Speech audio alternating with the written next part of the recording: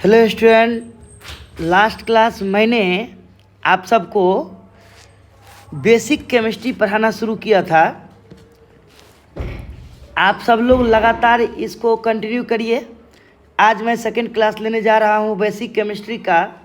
जिसको भी केमिस्ट्री बारीकी से सीखना हो, समझना हो, प्लीज़ आपको लगेगा कि स्टार्टिंग में सर क्या ये जीरो से एलिमेंट एटम मॉलिक्यूल कर रहे हैं, लेकिन आप नहीं समझेंगे ना बात को। जब तक आप जीरो से नहीं जुड़ेंगे मेरे साथ, तब तक आप वो केमिस्ट्री सीख ही नहीं पाएंगे जो सीखना चाह रहे हैं और जो मैं आपको सिखाना चाह रहा हूँ।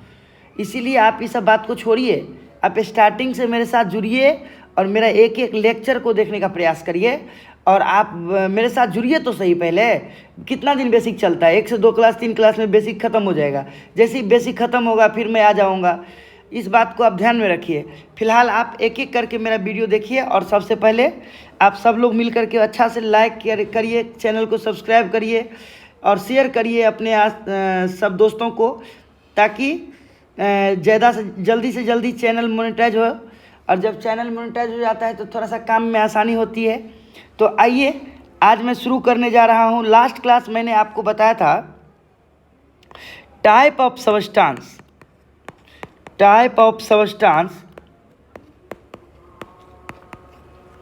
on the basis of chemical property.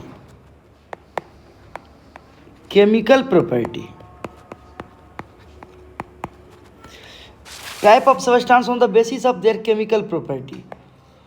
Chemical property के हिसाब से सबस्टांस को मैंने 2 भाग में बांटा था।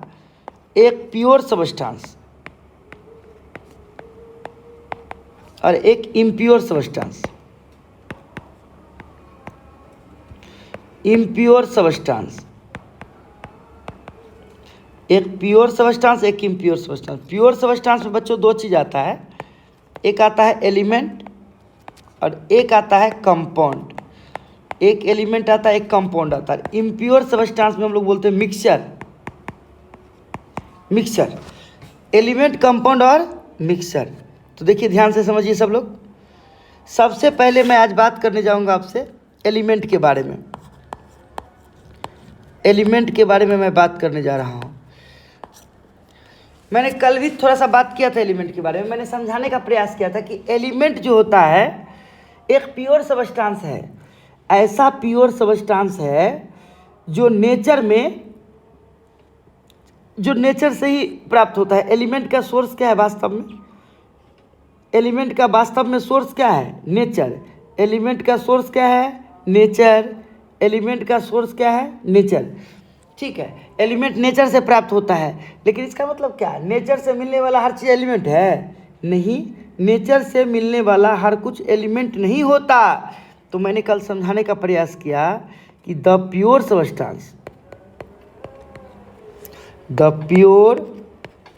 Substance which is formed by the same type of atoms and which is not created by any ordinary physical या chemical method. Any ordinary physical या केमिकल मेथड। मैंने कहा ऐसा pure substance which is form by the same type of atom. ऐसा pure substance जिसका निर्माण एक ही तरह के एटम से हुआ है और इसको किसी भी फिजिकल या केमिकल मेथड से आप बना नहीं सकते। अब इस बात को समझिए, ऑर्डिनरी, फिजिकल या केमिकल मेथड। अब ये प्योर सबस्टांस एक ही तरह के एटम से बना है। अब एक ही तरह का एटम कहने का मतलब क्या? मैंने कल भी समझाया था आपको कि जैसे कोई भी मान लो लोहा का पेन है, ये लोहा का कोई रॉड है। अगर हम इसको कट करेंगे तो उसको कट करने से छोटा छोटा कण गिरेगा ना। ये छोटा छोटा कण क्या है? एटम है। और पूरा रॉड क्या है? एक एलिमेंट है। छोटा छोटा कण एक एटम है और पूरा रॉड क्या है? एलिमेंट है। बात पकड़िए।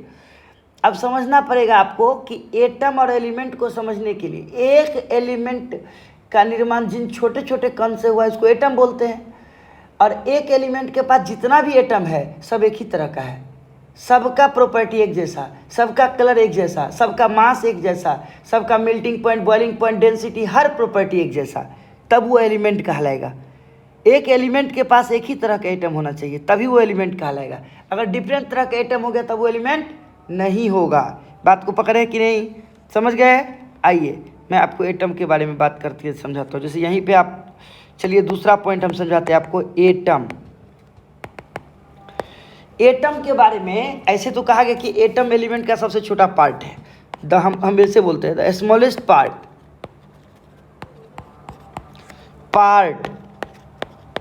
Of an element which take part in chemical reaction. Chemical reaction, आप इस बात को थोड़ा समझ लीजिए। जैसे पहले तो यही सबका मानना था, जब एटम का खोज किया था डाल्टन ने, तो डाल्टन ने पहला पॉइंट लिखा कि एटम्स आर इनडिविजिबल। डाल्टन का एटॉमिक थ्योरी का पहला पॉइंट है कि एटम्स आर इनडिविजिबल। लेकिन बाद में पता चला कि नहीं, एटम के अंदर इलेक्ट्रॉन, प्रोटॉन और न्यूट्रॉन रहता है। तो डाल्टन का ये थ्योरी गलत हो गया था। डाल्टन बोल तो दिया एटम इनडिविजिबल है, लेकिन ये थ्योरी बाद में उसका गलत हो गया था, क्योंकि एटम के अंदर इलेक्ट्रॉन, प्रोटॉन और न्यूट्रॉन रहता है और इससे भी छोटा कुछ होता है दुनिया में। डाल्टन का कहना था कि एटम से छोटा दुनिया में कुछ नहीं होता है, इसीलिए उन्होंने कहा एटम्स आर इनडिविजिबल, यानी एटम अविभाज्य होता है। लेकिन बाद में पता चला कि नहीं, एटम से छोटा भी कुछ होता है, वह इलेक्ट्रॉन, प्रोटॉन और न्यूट्रॉन। तो बाद में डाल्टन का ये थ्योरी क्या हो गया था, गलत हो गया था। तो इसको हम लोग पढ़ते थे drawbacks of Dalton atomic theory. फिलहाल एटम को ये तो नहीं बोल सकते कि एटम का एलिमेंट का सबसे छोटा कण है, लेकिन एटम एलिमेंट का वो छोटा कण है जो केमिकल रिएक्शन में भाग लेता है। जब भी कभी दो एलिमेंट के बीच में रिएक्शन होता है तो उस रिएक्शन में पार्टिसिपेट कौन करता है, एटम। रिएक्शन में भाग कौन लेता है, एटम। तो इसीलिए मैंने लिखा the smallest part of an element which take part in chemical reaction. आप इसको और अच्छा से समझना चाहते हैं तो मैं एक एग्जांपल आपके सामने रखता हूँ। जैसे कोई क्लास है और इस क्लास का स्टूडेंट है, मान लो कोई 11th का क्लास चल रहा है या कोई 12th का क्लास चल रहा है, और इस क्लास में 12th का सारा स्टूडेंट बैठा हुआ है। तो पूरा क्लास, मान लीजिए 100 स्टूडेंट का क्लास है, तो पूरा 100 स्टूडेंट का कलेक्शन एक क्लास हो गया। Class is the collection of student, और उस क्लास का प्रत्येक स्टूडेंट एक एटम हो गया। तो अगर एक क्लास को एलिमेंट बोल दे तो प्रत्येक स्टूडेंट उसका एटम हुआ। ऐसे समझिए, एक क्लास को अगर हम एलिमेंट बोल दे तो एटम इसका क्या हो गया, स्टूडेंट हो गया। इस क्लास का प्रत्येक स्टूडेंट एक एटम है और पूरा स्टूडेंट का कलेक्शन एक क्लास है। कुछ समझे कि नहीं समझे? समझे। अब देखिए ऐसे समझते हैं बात को। तो ये एटम और एलिमेंट में जैसे रिलेशन है वैसे ही स्टूडेंट और क्लास में रिलेशन है। तो बच्चों हम इस बात को बारीकी से आपको क्लियर कर दें कि जैसे कोई एटम जो होता है ना, अपना फिक्स आइडेंटिटी रखता है। Atom has fix identity. Atom has fix identity. Atom का अपना एक फिक्स आइडेंटिटी होता है। एटम कभी अपना आइडेंटिटी नहीं खोता है, ठीक है। जब भी रिएक्शन होता है उस रिएक्शन में भाग कौन लेता है, एटम, ठीक है। आगे बढ़ते अब देखिए सुनिए। अब जैसे कोई बोलेगा सोडियम एटम, आप सिंबल क्या यूज करेंगे, Na। अगर कोई बोलेगा सोडियम एलिमेंट तो आप सिंबल क्या यूज करेंगे, Na। एक एटम के रूप में भी सिंबल Na और एक एलिमेंट के रूप में भी सिंबल Na, लेकिन क्या ये दोनों रूप में Na का मीनिंग सेम है? अगर कोई सोडियम Na का उपयोग एक एटम के रूप में किया है, इसका मतलब एक छोटा सा पार्टिकल, क्योंकि एलिमेंट एक छोटा सा कण का नाम है। अगर कोई सोडियम एलिमेंट के रूप में इस सिंबल का यूज़ किया है, इसका मतलब करोड़ों एटम उसके अंदर, करोड़ों एटम उसके अंदर, करोड़ों एटम उसके अंदर, क्योंकि एक एलिमेंट का निर्माण तो करोड़ों एटम से हुआ है ना सर। एक एलिमेंट का निर्माण करोड़ों एटम से हुआ है। तो सोडियम का एक एलिमेंट के रूप में अर्थ हुआ करोड़ों सोडियम का एटम उसके अंदर। सोडियम का एक एटम के रूप में अर्थ हुआ कि एक छोटा सा पार्टिकल। बात पकड़े आप। जैसे कोई बोलेगा पोटासियम एटम, इसका मतलब एक छोटा सा पार्टिकल की बात हो रही है, क्योंकि एटम एक पार्टिकल को रिप्रेजेंट करता है।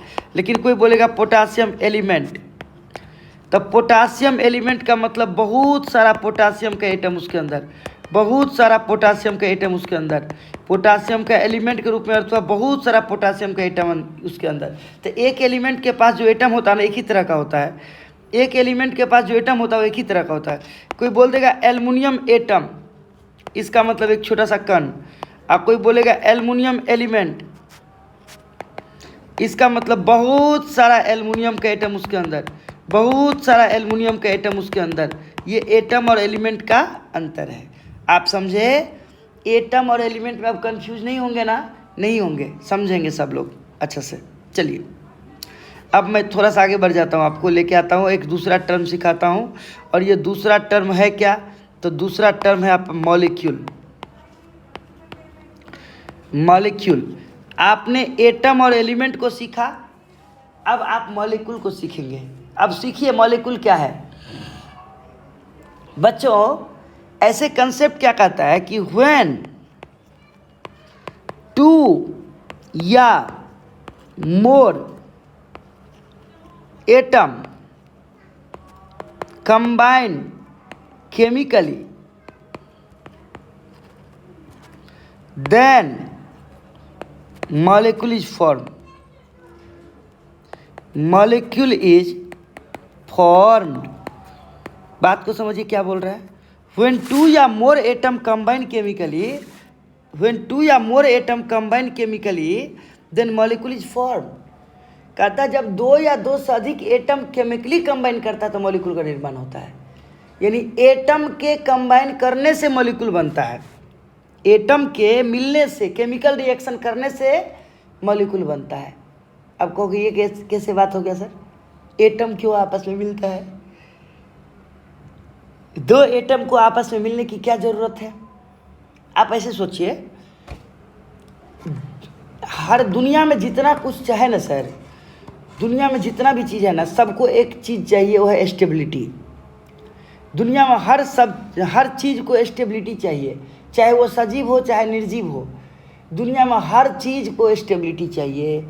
कहा जाता है कि everything of universe in the search of stability, this is the law of nature. ये प्रकृति का एक नियम है कि दुनिया में हर कुछ क्या चाहता है? स्टेबिलिटी। एक छोटा सा कण से लेके एक बड़ा सा वस्तु, हर, और ये सजीव हो चाहे निर्जीव हो, हर चीज़ क्या चाहता है? स्टेबिलिटी चाहता है। तो एक एटम को भी स्टेबिलिटी चाहिए। जिस तरह से एक आदमी अपने स्टेबिलिटी के लिए दूसरे आदमी पे डिपेंड हो जाता है और वो उसके साथ मिल करके एक ग्रुप बनाता है, इस ग्रुप को हम लोग मॉलिक्यूल बोलिए। ऐसे ही एक एटम, मान लो कोई ऐसा एटम है जिसको इलेक्ट्रॉन चाहिए और कोई ऐसा एटम है जिसको इलेक्ट्रॉन लॉस करना है, तो कोई इलेक्ट्रॉन लॉस करने वाला एटम, कोई इलेक्ट्रॉन गेन करने वाला एटम जब आपस में मिलेगा तो वह दोनों रिएक्ट करेगा तो दोनों एक साथ मिल जाएगा। जब दोनों एक साथ मिल जाएगा तो ये दोनों का मिलन, दोनों का एक साथ कॉम्बिनेशन ही मॉलिक्यूल कहलाता है। तो आपको सीधा समझना है ना कि मॉलिक्यूल क्यों बनता है? स्टेबिलिटी के कारण बनता है। दो एटम आपस में कंबाइन क्यों करता है? स्टेबिलिटी के कारण। आप इस बात को समझ पा रहे हैं? जब दो या दो से अधिक एटम केमिकली कंबाइन करता है तो मॉलिक्यूल का निर्माण करता है। मॉलिक्यूल का निर्माण क्यों होता है? स्टेबिलिटी के कारण। अब एग्जाम्पल से समझिए, जैसे O2, O2 मतलब हो गया कि ऑक्सीजन का दो एटम मिला होगा तो O2 नाम का मॉलिक्यूल बना होगा। O2 एक मॉलिक्यूल है और ये कैसे बना? तो ऑक्सीजन के दो एटम के मिलने से बना। दो ऑक्सीजन का एटम मिला तो O2 नाम का मॉलिक्यूल बना। O2 एक मॉलिक्यूल है, कै गो एटम से बना है? तो दो एटम से बना है, इसीलिए वो डायटोमिक मॉलिक्यूल हुआ। O2 एक डायटोमिक मॉलिक्यूल है। अच्छा, O2 का निर्माण चूंकि एक ही तरह के एटम से हुआ है इसीलिए उसको होमो एटोमिक मॉलिक्यूल भी बोलते हैं हम लोग। ये होमो एटोमिक मॉलिक्यूल है, ये डायटोमिक मॉलिक्यूल है। जैसे O3 को देखिए, O3 का मतलब हो गया कि तीन ऑक्सीजन का एटम मिला होगा तो O3 नाम का मॉलिक्यूल बना होगा। O3 भी एक मॉलिक्यूल है, उसमें तीन एटम मिला हुआ है, इसीलिए उसको हम लोग बोल सकते हैं ट्राई एटोमिक मॉलिक्यूल। O3 को हम लोग बोल सकते हैं ट्राई एटोमिक मॉलिक्यूल। और ये भी होमो एटोमिक मॉलिक्यूल है, ये भी होमो एटोमिक मॉलिक्यूल है क्योंकि एक ही तरह के एटम से मिलकर बना है, इसीलिए होमो एटोमिक मॉलिक्यूल है। अब इसको देखिए, CO2 को देखिए, CO2 में एक कार्बन है और दो ऑक्सीजन है। ये तीन एटम से मिलकर CO2 नाम का मॉलिक्यूल बना है। तीन एटम मिला है तो CO2 नाम का मॉलिक्यूल बना हो, एक कार्बन और दो ऑक्सीजन, तीन एटम से मिलकर ये मॉलिक्यूल बना है, इसलिए उसको बोलते हैं ट्राई एटोमिक मॉलिक्यूल। 3 एटम से मिलकर ये मॉलिक्यूल बना है, इसलिए उसको ट्राई एटॉमिक मॉलिक्यूल बोलते हैं। और ये डिफरेंट एटम से मिलकर बना था, इसलिए इसको हेट्रो एटॉमिक मॉलिक्यूल बोलते हैं। हेट्रो एटॉमिक, ये हेट्रो एटॉमिक है। ऊपर वाला 2 मॉलिक्यूल O2 और O3 होमो एटॉमिक मॉलिक्यूल है। एक ही तरह के एटम से जो मिलकर बनता है उसको होमो एटॉमिक बोलते हैं, और जो डिफरेंट तरह के एटम से मिलकर बनता है उसको हेट्रो एटॉमिक मॉलिक्यूल बोलते हैं। ओके, तो मॉलिक्यूल का मतलब समझ रहे थे हम लोग कि 2 या 2 से अधिक एटम मिला तो मॉलिक्यूल बन गया। H2 2 हाइड्रोजन के एटम से मिलकर बना है, H2 एक मॉलिक्यूल हो गया। P4 एक मॉलिक्यूल हो गया। 4 फास्फोरस का एटम मिला होगा तो P4 नाम का मॉलिक्यूल बना होगा। समझ में आ रहा है आप लोग को? H2O 2 हाइड्रोजन और 1 ऑक्सीजन का एटम, 3 एटम मिला होगा तो H2O नाम का मॉलिक्यूल बना होगा। तो मॉलिक्यूल का निर्माण एटम से हुआ है। जैसे NaCl एक मॉलिक्यूल है, एक सोडियम और एक क्लोरीन का 2 एटम मिला तो NaCl नाम का मॉलिक्यूल बना। H2SO4 एक मॉलिक्यूल है, 2 हाइड्रोजन, 1 सल्फर, 4 ऑक्सीजन। इतना एटम यानी 1 2 3 4 5 6 7 एटम से मिलकर ये मॉलिक्यूल बना है सर। तो इस तरह से एटम के मिलने से क्या बनता है बच्चों? मॉलिक्यूल बनता है। एटम के मिलने से क्या बनता है? बोलो बोलो, मॉलिक्यूल बनता है। अब सोचिए, आपने एटम समझा, आपने मॉलिक्यूल समझा, आपने एलिमेंट समझा। अब आपको कन्फ्यूजन हो रहा होगा कंपाउंड में। आइए मैं इसको भी क्लियर ही कर देता हूँ। कंपाउंड, चलिए कंपाउंड को समझ लेते हैं थोड़ा सा। कंपाउंड क्या है सर? जब 2 या 2 से अधिक एटम आपस में मिला था तो मॉलिक्यूल बना था। जब 2 या 2 से अधिक एटम आपस में मिला था तो मॉलिक्यूल बना था। लेकिन जब 2 अलग अलग तरह का एलिमेंट आपस में मिलता है तो कंपाउंड बनता है। व्हेन 2 या मोर डिफरेंट 2 या more different element combine chemically, when 2 या more different element combine chemically in definite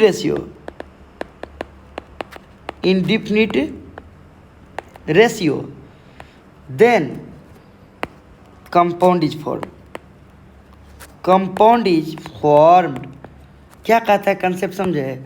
जब 2 या 2 से अधिक अलग अलग तरह के एलिमेंट एक निश्चित अनुपात में रासायनिक अभिक्रिया करती है तो यौगिक का निर्माण होता है।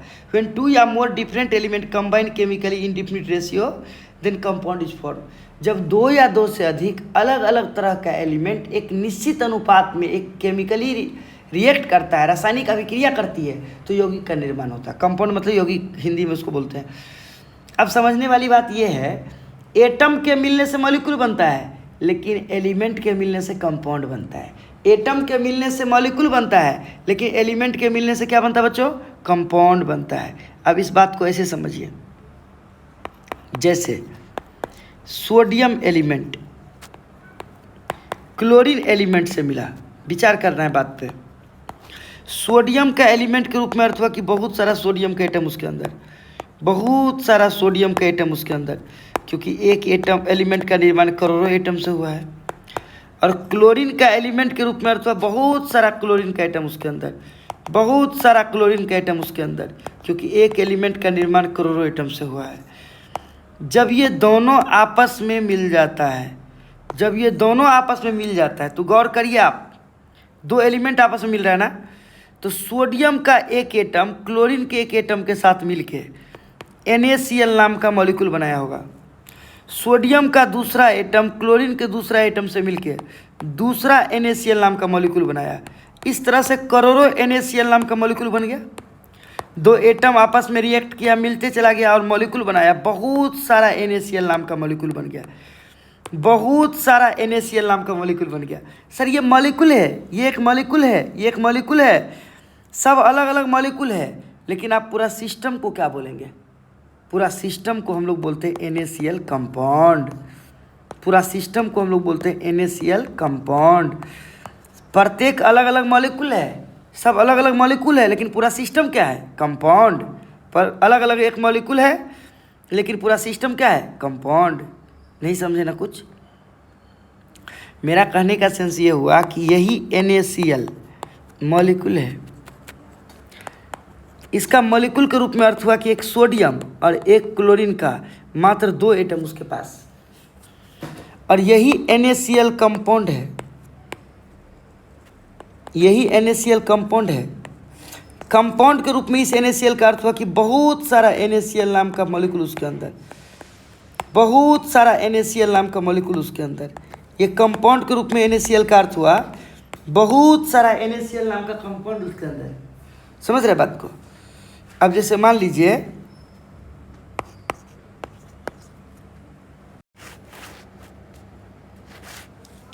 तो जैसे मैंने आपको समझाया अभी कि H2O